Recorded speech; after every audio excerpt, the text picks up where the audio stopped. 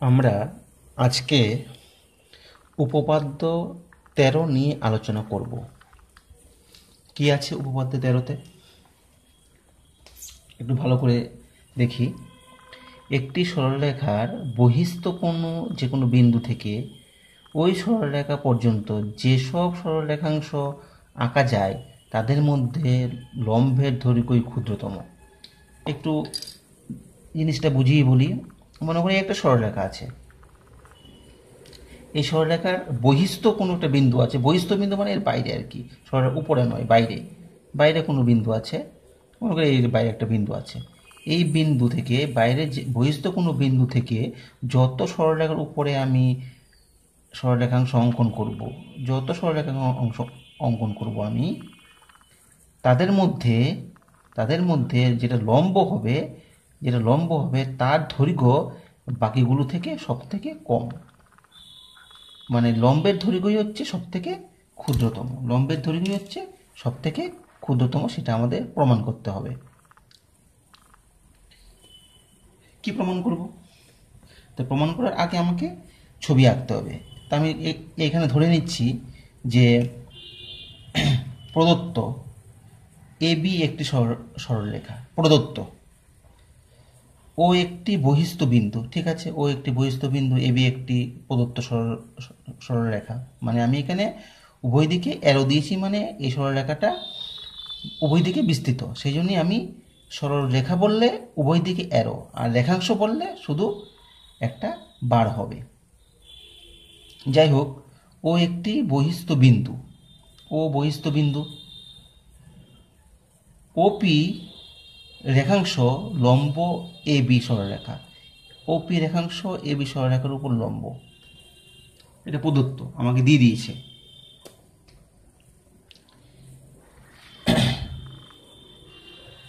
এবার আসে প্রামাণ্য। প্রামাণ্য কি বলেছে? ও বিন্দু থেকে এ বি সরলরেখার ওপর যেসব সরলরেখাংশ আঁকা যাবে তাদের মধ্যে ওপি হলো সব থেকে ছোট। এটা আমাদের প্রমাণ করতে হবে যে ওপিটা যে আমি লম্ব আঁকলাম, এই লম্বের দৈর্ঘ্যটাই হচ্ছে সব থেকে ছোট বাকিগুলো থেকে। এই যে বাকি যত আমি আঁকবো তার মধ্যে লম্বের দৈর্ঘ্য হচ্ছে সব থেকে কম। সেটাই আমাকে প্রমাণ করতে হবে। তার জন্য অঙ্কন কি আছে, অঙ্কন করেছি। অঙ্কন থাকলে অঙ্কন করবো, আমি আগেই বলেছি, প্রথমে প্রদত্ত, তারপরে প্রামাণ্য, তারপরে অঙ্কন, তারপর প্রমাণ। তো অঙ্কনে কি আছে? এ বি সরলরেখার এর উপর পি বিন্দু ছাড়া, এই পি বিন্দু ছাড়া অপর একটি বিন্দু কিউ নেওয়া হলো। এই পি বিন্দু বাদ দিয়ে যে কোনো একটি বিন্দু, যে কোনো তার উপরে যে কোনো একটি বিন্দু কিউ নিলাম, এবং ও কিউ অঙ্কন করা হলো। ও কিউ অঙ্কন করা হলো। ভালো কথা। প্রমাণ কি প্রমাণ করব? ত্রিভুজ ও পি কিউ থেকে পাই। প্রমাণ করি আমরা। ত্রিভুজ ও পি কিউ থেকে পাই, কি পাই?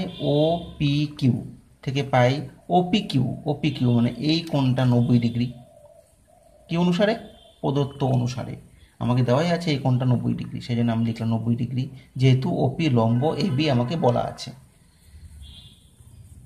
সুতরাং কোণ ও কিউপি মানে এই কোণটা এই কোণ থেকে ছোট। সমকোণী ত্রিভুজের ক্ষেত্রে কি হয়? সমকোণ ছাড়া সমকোণ, এই কোণটা সমকোণ, আর বাকি দুটো যে কোণ আছে সেই দুটো সূক্ষ্মকোণ হবে, সমকোণ থেকে কম হবে। সেই জন্য আমি লিখেছি এই কোণটা এই কোণ থেকে ছোট, স্বাভাবিক। সেই জন্য কোণ ও কিউপি লেস দেন কোণ ও পি কিউ মানে 90 ডিগ্রি থেকে ছোট। তাহলে আমরা ত্রিভুজের যে প্রথম উপপাদ্য থেকে, বা আমরা ত্রিভুজের ধর্ম থেকে আমরা যে প্রথম উপপাদ্য যখন প্রমাণ করি আমরা, সেক্ষেত্রে আমরা দেখেছিলাম কি, যে আমি ওই প্রথম উপপাদ্য প্রমাণ করার সময় যে ধর্মগুলো আমি আলোচনা করেছিলাম তার মধ্যে আমি বলেছিলাম যে কোন ত্রিভুজের যে কোণ বড় তার বিপরীত বাহু হবে সব থেকে বড়, আর যে কোণ সব থেকে ছোট তার বিপরীত বাহু হবে সব থেকে ছোট। তাহলে এই ত্রিভুজের ক্ষেত্রে এই কোণটা থেকে এই কোণটা ছোট, তার মানে এই কোণের বিপরীত বাহু কোণটা ও কিউ, আর এই কোণের বিপরীত বাহু কোণটা ও পি। তার মানে আমি বলতে পারি ও পি ছোট হবে কার, ও কিউ থেকে। ওপি ও কিউ থেকে ছোট, এই ধর্মটাই এখানে আলোচনা করলাম। তাহলে কিউ এ বি সরলরেখার উপর যে কোনো একটি বিন্দু আমি ধরেছিলাম, কিউ তো যে কোনো বিন্দু, আমি বিন্দুটা এখানেও ধরতে পারি, এখানেও ধরতে পারি, কিউ পি ছাড়া যে কোনো একটি বিন্দু। তার মানে বলতে পারি কিউ এ বি সরলরেখার উপর যে কোনো একটি বিন্দু পি ছাড়া ধরা হয়েছিল। অর্থাৎ কিউ এর এ বি এর উপর যে কোনো অবস্থানের জন্য, কিউ যেখানে অবস্থিত হোক না কেন, আবারও বলছি, কিউ যে কোনো অবস্থানের জন্য পি ছাড়া কিউ এর যে কোনো অবস্থানের জন্য এবি সরলরেখার উপর যে কোনো অবস্থানের জন্য যেখানে হোক না কেন ওপি লেস দেন ও কিউ হবে, ওপি লেস দেন ও কিউ হবে, মানে ওপিটা সব থেকে ছোট হবে ও কিউ থেকে, কিউ এর যে কোনো অবস্থানের জন্য। এটাই তো প্রমাণ করা দরকার ছিল আমাদের, নাকি? অর্থাৎ ওপি হলো সব থেকে ক্ষুদ্রতম, সব থেকে ক্ষুদ্রতম, মানে যত আমি ক্ষুদ্রতম, সব থেকে যত আমি অঙ্কন করব কিউ বিন্দু যেখানে হোক না কেন ওপিটাই হবে সব থেকে ছোট। সেটা আমাদের এই সামান্য একটা ধর্ম দিয়ে আমরা প্রমাণ করলাম, খুব সহজ প্রমাণ।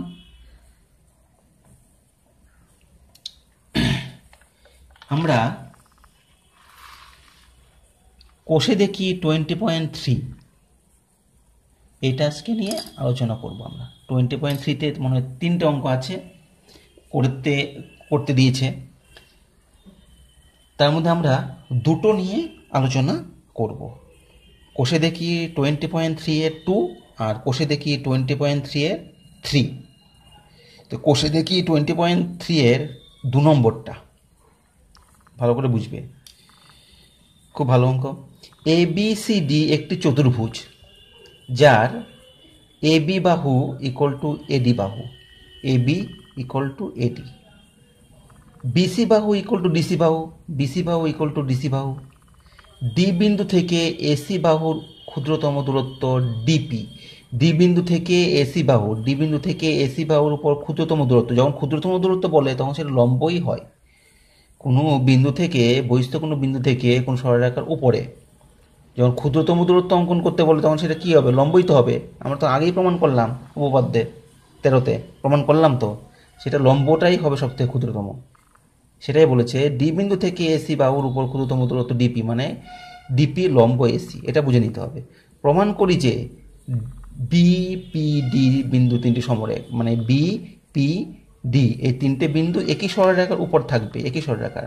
আমার ছবিতে দেখে মনে হচ্ছে যে একই সরলরেখায় নেই, আমি ইচ্ছে করেই ছবিটা এরকম আঁকলাম তোমাদের বোঝার জন্য, ইচ্ছে করে আমি এরকম এঁকেছি। অ্যাকচুয়াল ফিগারটা হবে হচ্ছে তোমার ধরে রাখো এরকম, অ্যাকচুয়াল ফিগারটা হবে হচ্ছে এরকম, এই ফিগারটা AD equal to AB, BC equal to DC, মানে বি পি ডি একই সরলরেখার উপর থাকবে। এটা আমি পরে বলবো, আগে আমি ইচ্ছে করে এঁকেছি তোমাদের বোঝার সুবিধার জন্য, কারণ আমি তো জানি না যে একই সরলরেখা থাকবে কি না, একই সরলরেখায় থাকবে সেটা প্রমাণ করতে হবে, প্রমাণ না করে তো আমি বলতে পারছি না, সেই জন্যই আমি এটা আঁকলাম এরকমভাবে। এবার এটা প্রমাণ করতে গেলে আমাদের যে স্টেপগুলো ফলো করতে হবে সেই স্টেপগুলো আমি পরপর লিখলাম যথারীতি, যেভাবে লেখা হয়। প্রদত্ত কি, এ বি সি ডি একটি চতুর্ভুজ, এ বি সি ডি একটি চতুর্ভুজ যার A B equal to AD, A B বাহু ইকুয়াল টু এডি বাহু, এবং বিসি বাহু ইকুয়াল টু ডিসি বাহু, বিসি বাহু ইকুয়াল টু ডিসি বাহু, ডি বিন্দু থেকে এসি কর্ণের উপর লম্ব ডিপি, ডি বিন্দু থেকে এসি কর্ণের উপর লম্ব, আগেই বলেছি ক্ষুদ্রতম দূরত্ব লম্বই হয়, সেই জন্য লম্ব আঁকলাম, ডিপি লম্ব। প্রামাণ্য কি প্রমাণ করতে হবে, বিপিডি সমরেখ, বিপিডি একই সরলরেখার উপর থাকবে। এটা প্রমাণ করার জন্য কি, তার মানেটা কি, একই সরলরেখার উপর যখন 3টে বিন্দু থাকে তখন তাকে আমরা সমরেখ বলি। বিপিডি সমরেখ অর্থাৎ তারা কি একই সরলরেখার উপর অবস্থিত।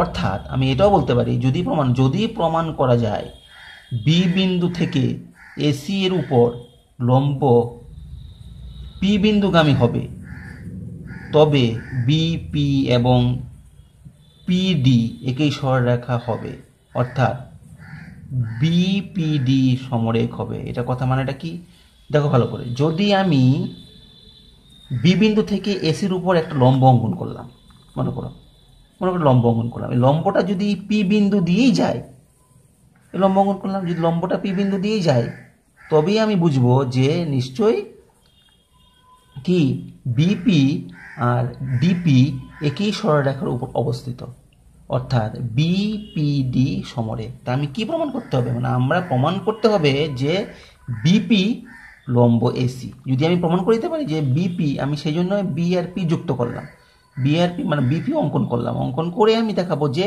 বিপিটা এসির উপর লম্ব হবে। সেটাই যদি প্রমাণ করে দিতে পারি তাহলেই হবে। কারণটা কি, একটা জিনিস খেয়াল রাখো, মনে রাখবে, ধরে রাখো এই একটা সরলরেখা আছে আর এখানে বিন্দু আছে একটা। এই বিন্দু থেকে এই সরলরেখার উপর লম্ব কোনটা, এটা মনে করো এটা এ বিন্দু, এটা এক্স ওয়াই সরলরেখা। তো এই বিন্দু থেকে এক্স ওয়াই সরলরেখার উপর লম্ব কি এ এপি মনে করো। আবার বি বিন্দু থেকে, এটা বি একটা অন্য একটা বিন্দু আছে, বি বিন্দু থেকে এক্স ওয়াই সরলরেখার উপর লম্ব মনে করো বিপি, এটাও লম্ব এটাও লম্ব। তাহলে কি নিশ্চয়ই তারা একই সরলরেখায় থাকবে। এই যে যদি না হয়, যদি বি বিন্দুটা এইখানে হতো তাহলে লম্ব কোথায় হতো, বিপি এখানে হতো, তাহলে পি এখানে হতো। কিন্তু আমাকে কি বলেছে, এপি লম্ব এক্স ওয়াই, তাহলে এটা অন্য একটা বিন্দু হতো, সেটা পি হতো না, পি না হয়ে এটা কিউ হতো। তার মানে বি কিউ লম্ব এক্স ওয়াই আবার এপি লম্ব এক্স ওয়াই, তাহলে কিন্তু তারা একই সরলরেখায় থাকবে না, এটা আলাদা এটা এটা আলাদা। যখনই দেখবে যে বিপি লম্ব এক্স ওয়াই আবার এপি লম্ব এক্স ওয়াই, তাহলে বুঝবো কি তারা একই সরলরেখার উপরে থাকবে। যে কোনো ক্ষেত্রে হতে পারে। এই এক্স ওয়াই সরলরেখা, এখানে একটা বিন্দু আছে, এখানে একটা বিন্দু আছে, এখানে একটা বিন্দু আছে, এই বিন্দু থেকে লম্ব এক্স ওয়াই এর উপর এটা, এই বিন্দু থেকে লম্ব এটা, এই বিন্দু থেকে লম্ব এটা। যদি একই বিন্দুতে হয়, মনে করো এটা এ বিন্দু, বি বিন্দু, সি বিন্দু, এ বিন্দু থেকেও লম্ব এক্স ওয়াই এর উপর এপি, বি বিন্দু থেকেও লম্ব এক্স ওয়াই এর উপর বিপি, সি বিন্দু থেকেও লম্ব এক্স ওয়াই এর উপর সিপি। তার মানে এপি সিপি বিপি তারা এক্স ওয়াই এর উপর লম্ব, তার একই বিন্দুতে পাস করছে, তাকে বলা হয় পাদবিন্দুটা, পি হচ্ছে পাদবিন্দু লম্বগুলোর। তার মানে তারা এ বি সি একই সরলরেখার উপর থাকবে। এটাই আমরা প্রমাণ করব। তাহলে আমরা এখন প্রমাণে আসবো আস্তে আস্তে। তো কি প্রমাণ করতে হবে আমাদের, বিপি লম্ব এসি প্রমাণ করলেই আমার উপপাদ্যটা প্রমাণ হবে। আসি এবার, আবার ছবিটা আঁকলাম ভালো করে, ফাইনাল ছবি আঁকলাম। কি আঁকলাম, যে এ বি সি ডি একটি চতুর্ভুজ, যার A B equal to AD আর বিসি ইকুয়াল টু ডিসি, এটা বলে দিয়েছে। আর বলেছে কি, যে এসির উপর লম্ব ডিপি। তাহলে আমাকে প্রমাণ করতে হবে কি, যে বিপি, বিপি আর ডি তারা একই সরলরেখার উপর থাকবে। তো অঙ্কন করছি, বিপি অঙ্কন করা হলো, বিপি অঙ্কন করা হলো, মানে জাস্ট বিপিকে আমি, বি আর পি বিন্দুগামী একটি সরলরেখা অঙ্কন করা হলো। আমি জানি না যে এটা লম্ব হবে কিনা, আমি প্রমাণ করব যে এটা লম্ব হবে, তবেই আমার একই সরলরেখায় থাকবে। তাহলে প্রমাণে আসি। ত্রিভুজ এ সি ডি এবং ত্রিভুজ এ বি সি থেকে পাই, এই দেখো এ সি ডি, এই বড় ত্রিভুজটা আর এই বড় ত্রিভুজটা এ বি সি, এই দুটো ত্রিভুজ থেকে আমি কি পাই, দুটো ত্রিভুজকে আমি সর্বসম দেখাবো। কি করে দেখাবো, যে AD equal to AB, AD equal to AB, আবার DC equal to BC, DC equal to BC, আর এসি হচ্ছে সাধারণ বাহু। তা তিনটে বাহুই সমান, দুটো ত্রিভুজের তিনটে বাহুই সমান হয়ে গেছে। তার মানে বলতে পারি ত্রিভুজ দুটো সর্বসম, ত্রিভুজ এ সি ডি আর সর্বসম ত্রিভুজ এ বি সি। তার মানে এই দুটো ত্রিভুজ সর্বসম হয়ে গেছে। যখন সর্বসম হয়ে গেছে তখন আমি কি বলতে পারি, যে কোণ ডিএসি, ডিএসি মানে এই কোণটা আর বিএসি এই কোণটা সমান হবে, তাই তো। আবার ত্রিভুজ এ পি ডি, এবার আমি আসি এই ত্রিভুজটার উপরে। আগে প্রমাণ করেছি এই দুটো ত্রিভুজ সর্বসম, এইটা আর এইটা। সেখান থেকে সর্বসম থেকে আমি দেখিয়েছি যে এই দুটো কোণ সমান, আমার তো একটা কোণ লাগবে।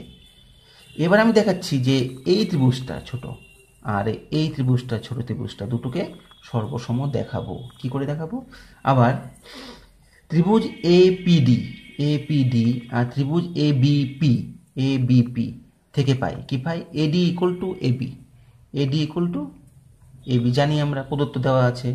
কোণ ডিএপি ইকুয়াল টু কোণ পিএবি, ডিএপি ইকুয়াল টু এই কোণটা সমান হচ্ছে এই কোণটা পিএবি, এই কোণ সমান। এটা কি আমরা এক নম্বর, এটা মনে করি 1 নম্বর নাম দিলাম, 1 নম্বর অনুসারে এটা প্রমাণ করেছি আমরা। এই কোণটা সমান এই কোণটা তো প্রমাণ করেছি আগে আমি, তাহলে আমি কি পেলাম, এই বাহু সমান এই বাহু, এই কোণ সমান এই কোণ, এটা হচ্ছে সাধারণ বাহু, আর এই পি হচ্ছে সাধারণ বাহু। তাহলে আমরা বলতে পারি এই দুটো ত্রিভুজ সর্বসম। কোন শর্ত অনুসারে? S A S side angle side শর্ত অনুসারে ত্রিভুজ এ পি ডি সর্বসম ত্রিভুজ এ বি পি। তা যখন এই দুটো ত্রিভুজ সর্বসম হয়ে গেছে, তার মানে তাদের অপর বাহুগুলো তো সমান হবেই, মানে এই বাহু সমান এই বাহু, এই কোণের বিপরীত বাহু এটা, এই কোণ সমান এই কোণ, সেজন্য এই কোণের বিপরীত বাহু এটা, তার মানে ডিপি ইকুয়াল টু বিপি। সেই জন্য আমি লিখলাম যেহেতু ডিপিএ ইকুয়াল টু 90 ডিগ্রি প্রদত্ত অনুসারে, ডিপিএ এই কোণটা যেহেতু 90 degree, DPA equal to BPA equal to 90 degree, এই কোণটাও 90 ডিগ্রি হবে, এই কোণটাও আমার 90 ডিগ্রি হবে। যেহেতু এই কোণটা 90 ডিগ্রি, সেহেতু এই কোণটাও আমার 90 ডিগ্রি হবে। যেহেতু দুটো ত্রিভুজ সর্বসম, সর্বসম কমপ্লিট। এবার আমি দেখাচ্ছি কি এই কোণ সমান এই কোণ, এই কোণ 90 ডিগ্রি মানে এই কোণ 90 ডিগ্রি, সেটা 90 ডিগ্রি দিয়ে দেখালাম। দুটি ভিন্ন বহিস্থ বিন্দু থেকে, ভালো করে লিখবে, দুটি ভিন্ন বহিস্থ বিন্দু থেকে একই সরলরেখার উপর একই বিন্দুতে লম্ব হওয়ায় তারা সমরেখ হবে, অর্থাৎ বিপিডি সমরেখ। এই যে বলেছি আগেই, ডি বিন্দু থেকে এস এর উপর লম্ব ডিপি, আবার বি বিন্দু থেকে এস এর উপর লম্ব পি বিন্দুগামী হচ্ছে ডিপি, তার মানে নিশ্চয়ই বিপিডি এরা সমরেখ, একই সরলরেখার উপর থাকবে। যদি অন্য জায়গায় হতো লম্বটা, তাহলে আর কি এরা সমরেখ হতো না। এটা প্রমাণ করলাম ভালো করে। লাস্টে আমাদের এটা লিখতে হবে যে দুটি ভিন্ন বহিস্থ বিন্দু থেকে একই সরলরেখার উপর একই বিন্দুতে লম্ব হওয়ায় তারা সমরেখ হবে, অর্থাৎ বিপিডি সমরেখ।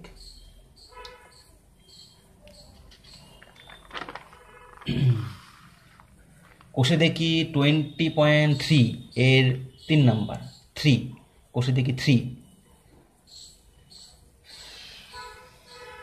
কি বলেছে? ত্রিভুজ এবিসি এর এডি মধ্যমা,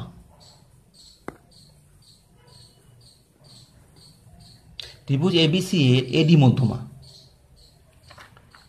এই যে এবিসি এর এডি মধ্যমা, ডি মধ্যবিন্দু বিসি, বি ও সি বিন্দু থেকে এডি এ ক্ষুদ্রতম দূরত্ব যথাক্রমে বিপি ও সিকিউ। একই জিনিস আবার বি বিন্দু থেকে এসির উপর ক্ষুদ্রতম দূরত্ব মানে লম্ব বিপি, আবার বর্ধিত এডি, এখানে সি বিন্দু থেকে যখন এডির উপর লম্ব মানে বুঝে নিতে হবে বর্ধিত এডি, এর উপর তো বর্ধিত না করলে তো লম্ব অঙ্কন করা যাচ্ছে না, সেই জন্য বর্ধিত করে নিয়ে সিকিউ লম্ব, সেই জন্য বলে যথাক্রমে বিপি ও সিকিউ। প্রমাণ করি যে এই লম্ব দুটো সমান হবে, মানে বিপি ইকুয়াল টু সিকিউ হবে। প্রদত্ত কি বলেছে? ত্রিভুজ এবিসি এর এডি মধ্যমা, ত্রিভুজ এবিসি এর এডি মধ্যমা লিখলাম, বিপি লম্ব এডি, বিপি লম্ব এডি, ভালো কথা, এবং সিকিউ লম্ব বর্ধিত এডি, লিখলাম ব্র্যাকেটে বর্ধিত, বর্ধিত এডির উপর লম্ব। প্রামাণ্য কি প্রমাণ করতে হবে? BP equal to CQ. খুব ভালো, প্রমাণে আসি। অঙ্কন লাগবে না এক্ষেত্রে, প্রমাণে আমরা সরাসরি আসব। অঙ্কন থাকলে মাঝখানে অঙ্কন লিখব। ত্রিভুজ বি ডি পি এবং ত্রিভুজ সি ডি কিউ থেকে পাই এই দুটো ত্রিভুজ, এই ত্রিভুজটা আর এই ত্রিভুজটা থেকে কি পাই? BD equal to CD, BD equal to CD, কেননা ডি হচ্ছে বিসির মধ্যবিন্দু, সেহেতু বিডি ইকুয়াল টু সিডি। যেহেতু লিখলাম কি এডি মধ্যমা ইমপ্লাইজ ডি বিসি এর মধ্যবিন্দু, যে ডি ডি যেহেতু বিসির মধ্যবিন্দু, তাহলে BD equal two D CD হবে, সেটাই লিখলাম, হয়ে গেল। কোণ বিপিডি ইকুয়াল টু কোণ সিকিউডি 90 ডিগ্রি, এই কোণটা, এই কোণ সমান এই কোণ, যেহেতু লম্ব ছিল বিপি লম্ব ছিল সেই জন্য এই কোণ 90 ডিগ্রি, আবার সিকিউ লম্ব সেহেতু এই কোণ 90 ডিগ্রি, সেটাই লিখলাম প্রদত্ত অনুসারে। এই কোণ মানে বিডিপি, এই কোণটা বিপরীত কোণ এটা না, তাই আমাদের বিডিপি ইকুয়াল টু বিপরীত কোণ সিডিকিউ, সিডিকিউ, এই কোণ বিপরীত কোণ সমান, সেই লিখলাম বিপরীত কোণ সমান। তার মানে ত্রিভুজ দুটো সর্বসম, এই ত্রিভুজ এই আমার সর্বসম, বিডিপি আর হচ্ছে সিডিকিউ সর্বসম হবে। যেই মাত্র দুটো সর্বসম হয়ে গেল তখন ডিপি ইকুয়াল টু ডিকিউ হবে, আর হবে আমাদের বিপি ইকুয়াল টু সিকিউ হবে, সেই যে দেখলাম এই যে বিপি ইকুয়াল টু সিকিউ, অর্থাৎ বিপি ইকুয়াল টু সিকিউ প্রমাণিত। খুব ভালো প্রমাণ, তোমরা দেখবে, তোমরা তোমাদের মতো করে করবে। তোমাদের কোনো প্রশ্ন থাকলে আমাকে জিজ্ঞেস করবে।